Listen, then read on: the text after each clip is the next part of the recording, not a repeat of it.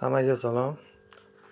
Bugungi videomiz stabilizator haqida. Stabilizatorni ishlab turganini qanday bilamiz deb ko'pchilik savol berishadi menga.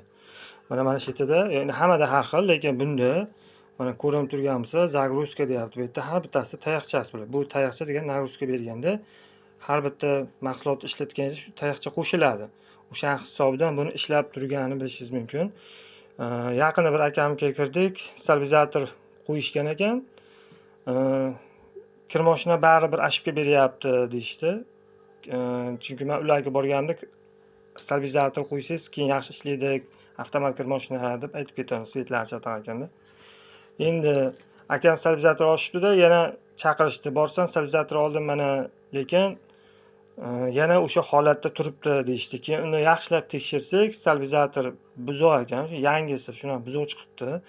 Buni qanday bilib olasiz? Kimdadir mana shu foiz ko'rinadi. Mana misol uchun mana men нагрузка beryapman. Mana foiz ko'rinyapti. Bu stabilizator ishlayapti degani. Kimdadir shu tayoqchani o'rnida son chiqadi. 30%, 10%, 40%, 50% degan yozuv chiqadi. Lekin bu modelda shu tayoqcha ko'rinadi. Mana shu orqali bilib olsangiz ham bo'ladi.